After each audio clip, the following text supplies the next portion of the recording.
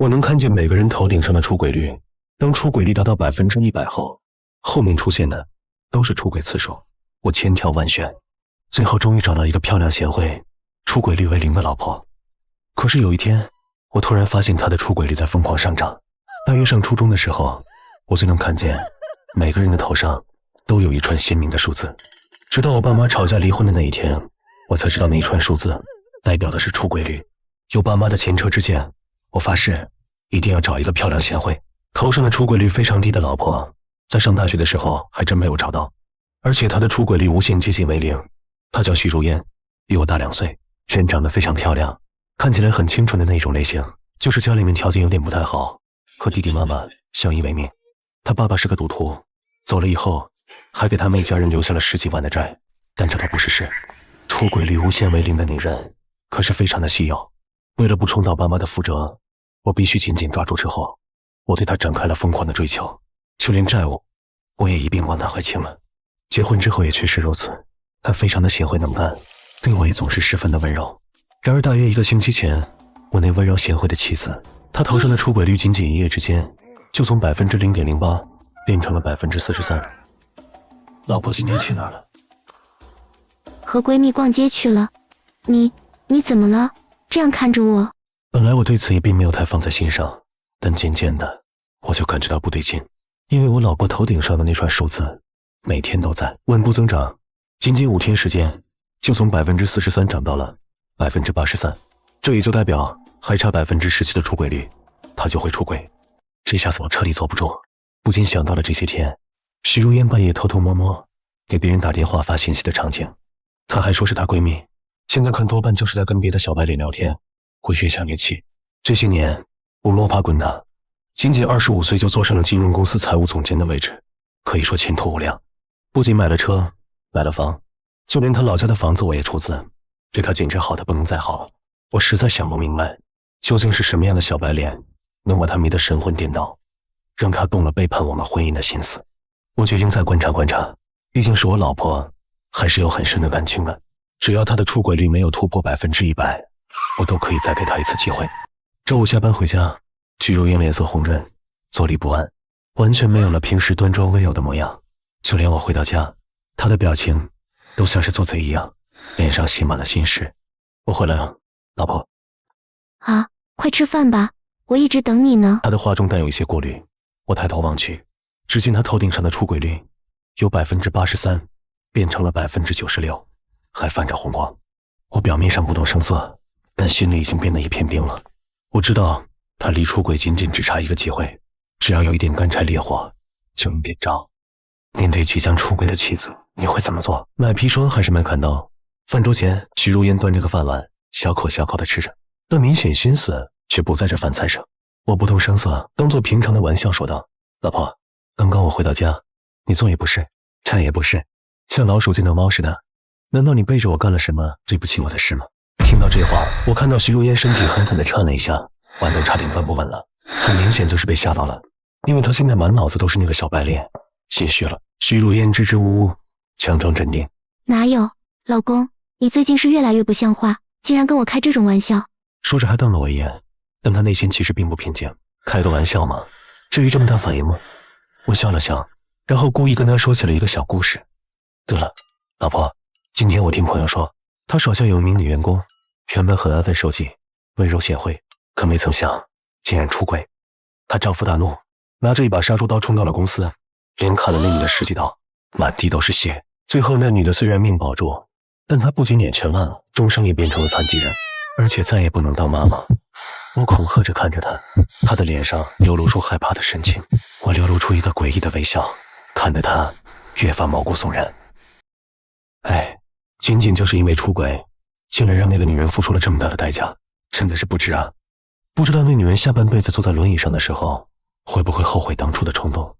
听完，徐如烟的脸瞬间变得无比苍白，碗都直接摔在了地上，而她头上的出轨率也在疯狂的变化着。我故作关心道：老婆，你怎么了？是不是被这个事吓到了？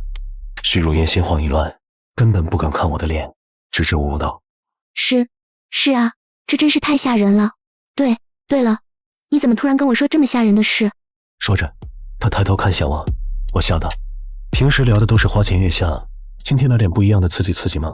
你是不是想多了？许如烟慌乱道。哪有想多，只是一时没反应过来。随后他赶紧吃完饭就回房了。我轻轻地夹起一根青菜，冷笑一声。我说起这个故事，自然是想敲打他，也是给他的最后警告。毕竟我对他还是有很深的感情的，如果可以挽回，自然应该试试。但是对方如果一意孤行，那就怪不得我，至少我仁至义尽了。接下来几天，许如烟果然老实了许多。对，我也如之前一样温柔贤惠，或许真的被我那个血腥故事给吓坏了。直到丈母娘的一系列骚操作，这所有的情分也将在那一刻不复存在。那天下午，许如烟给我打了一个电话。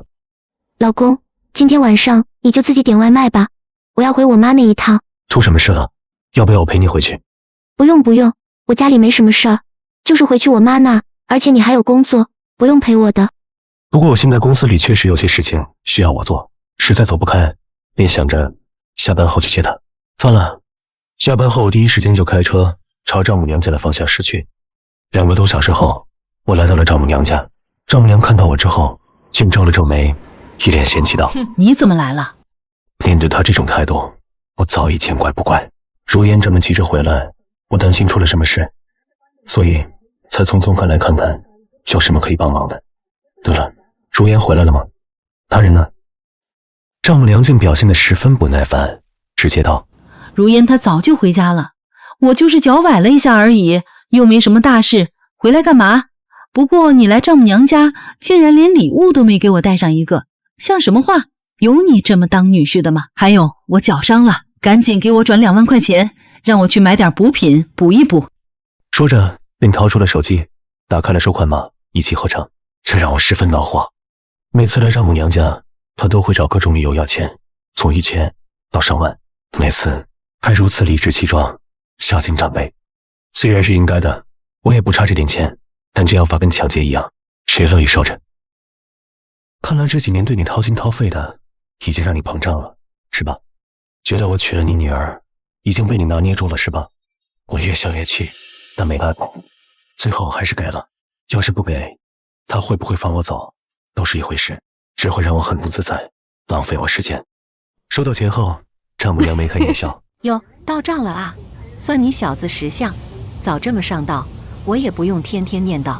记住了，转账最实在，别整那些虚头巴脑的。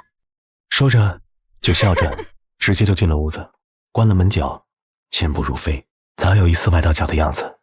看到这一幕，我神情逐渐变得冷淡，这明显没有崴脚啊！他们母女俩到底在搞什么鬼？带着疑惑，我开车回家。到家的时候，已经差不多晚上11点多了。打开房门，许如烟正躺在床上熟睡，找脸上浮现出了幸福甜美的笑容。我朝她头顶上望去，顿时瞳孔猛地一缩。她头顶上的数字已经有百分比变成了一个实打实的数字4。这单独数字代表的已经不是出轨率，而是出轨次数1夜4次。本以为我选个出轨率低的老婆就能杜绝这种事发生，看来该发生的还是会发生。一时的出轨率不代表之后的出轨率，而且我有感觉，许如烟这次8成是和丈母娘串通好骗我回娘家，其实只是单纯的为她去偷情留下的幌子吧。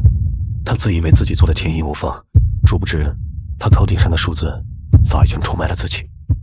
许如烟啊，许如烟，既然你们做出了对不起我的事，那你就别怪我手下无情了。之后我像个没事的人一样正常上下班，回家后照常对待他。许如烟也像个没事人一样，丝毫愧疚之心都没有。实际上许如烟早就已经按捺不住，因为他头顶鲜红的4字旁边又多出了一个新的百分比，99%。这意味着他还想要再出轨一次，不止一次，而且出轨时间可能就是今晚。没有任何一个男人能够容忍得了老婆的背叛，我也一样。但这次我没管，第一次被戴了绿帽子，那是我大意，被算计，没能阻止。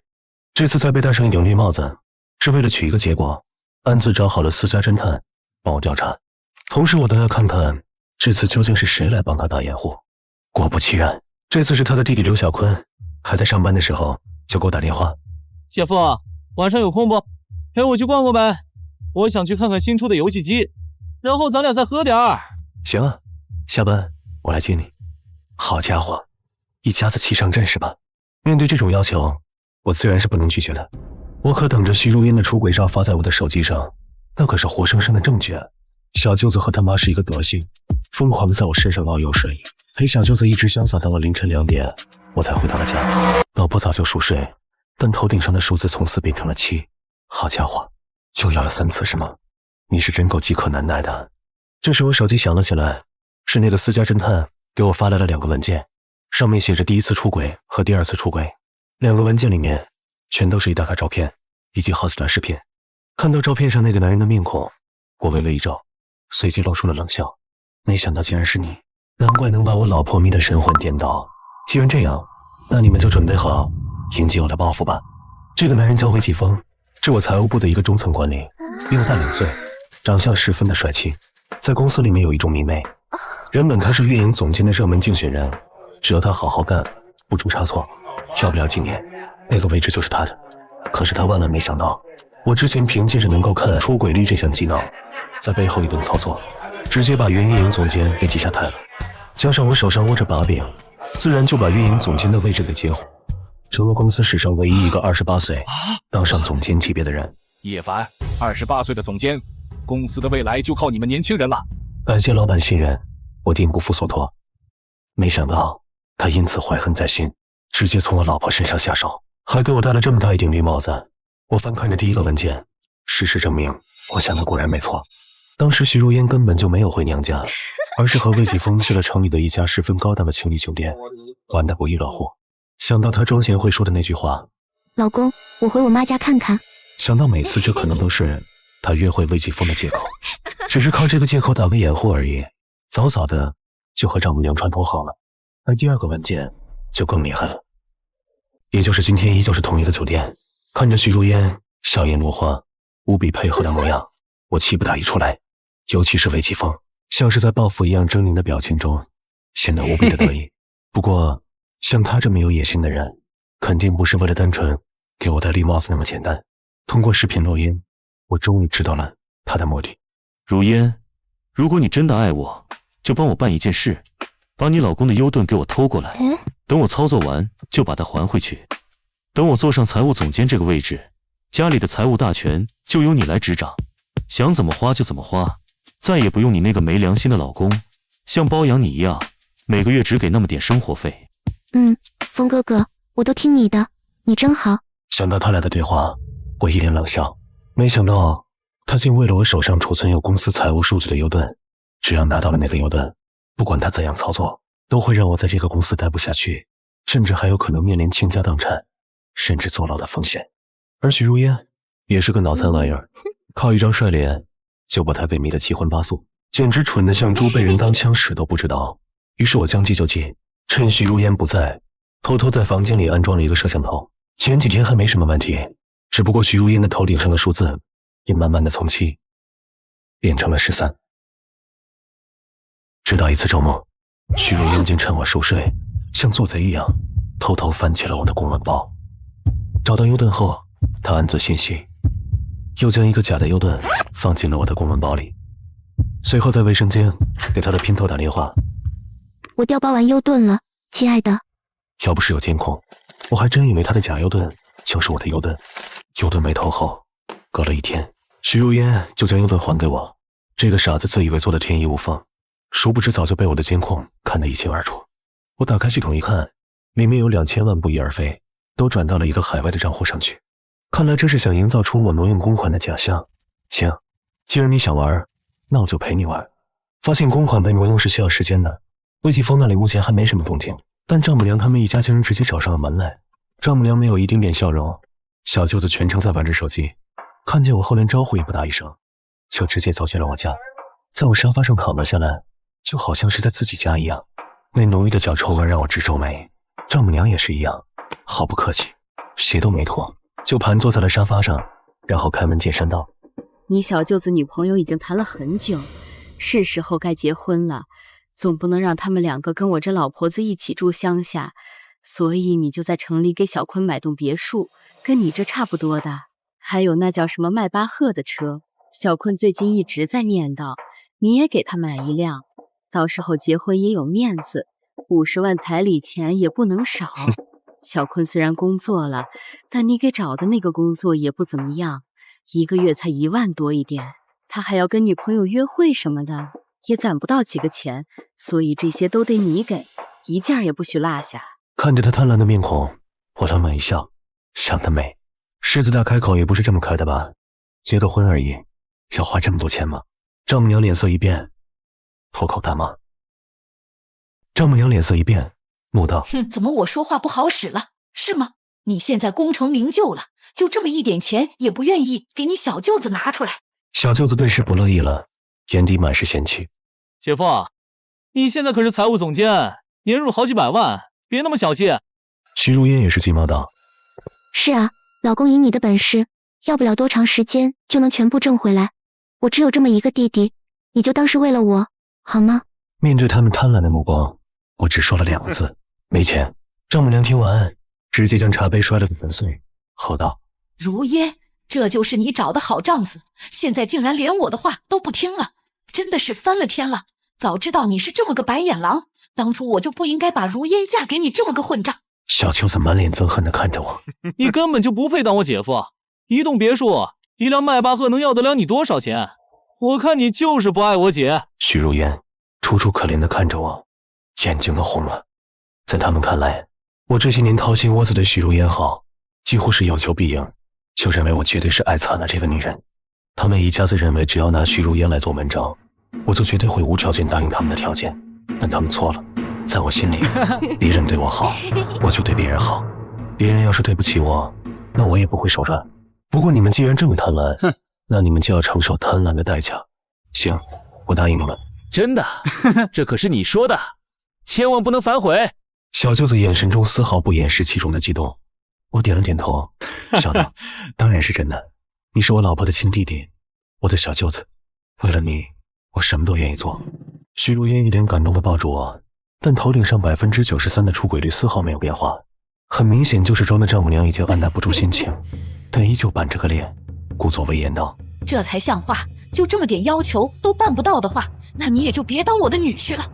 看着他们贪婪无度的模样，我心里会心一笑，一个大胆的想法突然出现，随即脸上露出了无奈的苦笑，说道：只不过因为公司财政出了点小问题，我身上现在实在是拿不出钱来。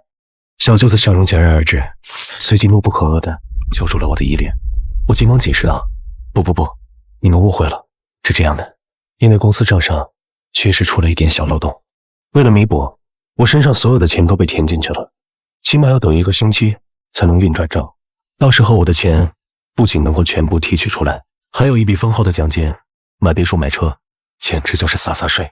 所以我的意思是，除了彩礼，其他的你们可以把心仪的车和别墅的首付给垫上，到时候等我的钱一到账，立马就把尾款付了，你说怎么样？小舅子听完觉得很有道理。丈母娘道：可是首付也要不少钱，我们身上没有这么多钱啊。我心里冷冷一笑，说出了最终目的，那我就没办法了。不过你们可以先去贷款啊，网上贷款这么多，还有银行抵押贷款什么的，把房子抵押给银行，这些钱就拿来垫首付，到时候所有的贷款我来还。见他们还不同意，为了防止迟则生变，我第一时间拉他们去看车看房。小舅子简直满意的不行，但听到销售人员说今天也有人很满意这车和房，还留下了电话说明天联系，可能他们也想要。这一听，小舅子慌了，于是迫不及待的想要去贷款，殊不知销售早就被我给买通了。随后小舅子和丈母娘在网上疯狂借贷高利贷，借完后他们还想抵押房子和车，于是直接去了银行，东拼西凑之下，终于把首付凑齐了。他们兴高采烈，殊不知这正是他们噩梦的开始。第二天上班，魏继峰趾高气扬地找上了我，还从来没有人能够在我手上抢走东西，你是第一个。不过很快你这个总监的位置马上就要归我了。是吗？那可能你要失望了，我这个位置就算你手段用尽，也无论如何都坐不上去。魏继峰俊朗的面孔逐渐狰狞。哼，看来你还是不信啊。不过没关系，咱们拭目以待。而且这次还真多亏了你老婆，我才能有今天这机会，也不枉费我在床上手段尽出，把她折腾得哭爹喊娘了。魏继峰想在我脸上看出点什么，但我一直都很平静，甚至都没正眼看他一眼，这让他感觉像是一拳打在了棉花上，令他气愤不已。这时，老板召集了高层所有人，开启了一次紧急会议。魏继峰顿时就笑了出来。你准备好进监狱了吗？虽然我已经结婚了，但你的老婆平时有空，我会去关照的。进了会议室，老板一看到我就将一摞文件狠狠地扔在了我的面前，破口大骂：叶凡，你能不能给我解释解释，为什么公司财务后台平凡无故少了整整2000万？所有人一脸震惊地看着我，高层们的目光像探照灯一样聚焦在我身上。我注意到魏继峰嘴角勾起一抹不易察觉的冷笑，他大概以为胜券在握。急什么？我慢悠悠地掏出手机，等几个客人来了再说。魏继峰突然拍案而起：哼，叶凡，你少装神弄鬼，优盾和密码只有你有，不是你挪用公款是谁？他越说越激动。我早就说过，这个总监位置该是我的。就在这时，会议室大门被猛地推开，4、5个穿制服的警察鱼贯而入，冰冷的手铐在灯光下闪着寒光。魏继峰先生，为首的警官两处逮捕令，你涉嫌非法挪用公款并栽赃陷害，现在跟我们走一趟。魏继峰的脸瞬间惨白如纸，他拼命挣扎着嘶吼：不是我，是叶凡，优盾在他那里，你们抓错人了。他的声音因为恐惧变调，头顶那串代表出轨次数的数字13疯狂闪烁。我弯腰捡起地上的文件，轻轻地按回：警察同志，这里有段录音，或许能帮上忙。手机里传出魏继峰和许如烟的对话，他得意洋洋地教他如何调换优盾，如何伪造转账记录。当把叶凡送进监狱，我们就能双宿双飞。这句话响起时，魏继峰的身体彻底瘫软下去。警察架着他往外走，经过我身边时，他突然用尽全力挣脱，死死抓住我的裤脚。是你设的局，对不对？你早就知道了。我居高临下地看着他，像看一只断了翅膀的苍蝇。知道又如何？我轻轻踢开他的手。哼，你不该动我的东西，更不该碰我的人。会议室里死一般寂静，老板张着嘴说不出话，高层们面面相觑。而我知道，这仅仅只是开始。许如烟和他那家子吸血鬼很快就会尝到比牢狱之灾更难受的滋味。法院的法锤敲下时，许如烟的脸比被告死的大理石台面还要白。审判长念出婚前财产占比99%的瞬间，我清楚看见他头顶的数字开始疯狂闪烁，原本停滞的93%出轨率突然变成万毛。反对！丈母娘吴凤霞突然从旁挺起冲突来，被法警死死按住。他骗我们，那些财产明明是婚后挣的。他挣扎着掏出一沓皱巴巴的借条，还有这些贷款都是他让我们借的。审判长冷冷瞥了眼借条，原告方未能提供被告承诺还款的书面证据，借贷合同与本案无关。吴凤霞当场晕了过去，被抬出法庭时嘴里还嘟囔着我的别墅。刘小坤瘫在椅子上，手机突然疯狂震动，屏幕上弹出10几条催债短信。走出法院时，许如烟突然跪在我面前，声音带着哭腔：老公，我错了，都是魏继峰逼我的，你原谅我好不好？我头也没回，潇洒离开。丈母娘还在骂我没良心，而他们身后突然传来小舅子的嘶吼：姐，我们的房子被银行收走了。我们要回头，有些债总要自己还的，这是你们这家子罪有应得。失去了我这个金龟婿，吴凤霞他们一家子的生活质量直线下降。以前他们都是大鱼大肉，现在连稀饭配咸菜都不太吃得起，因为他们每天都会面临各种催债，尤其是高利贷，经常是威胁恐吓，甚至有一些人直接上门要钱，把家里所有值钱的东西都洗劫一空。不久之后，因为没钱还贷款，房子也被当地银行给收走了。丈母娘大骂：徐如烟，要不是你被那个野男人所迷惑，现在咱们家怎么可能会有这样的下场？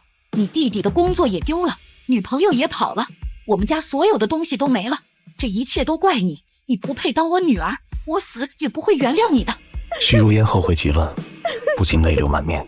现在的她面黄肌瘦，穿着衣衫褴褛，一家人蜷缩在狭小的出租屋中，想起以前我对她的好，哭得上气不接下气。但这个世界上没有后悔药，她终将因为自己的所作所为付出代价。至于我，他们过得怎么样，我根本无暇去管，反正我现在过得风生水起，事业有成。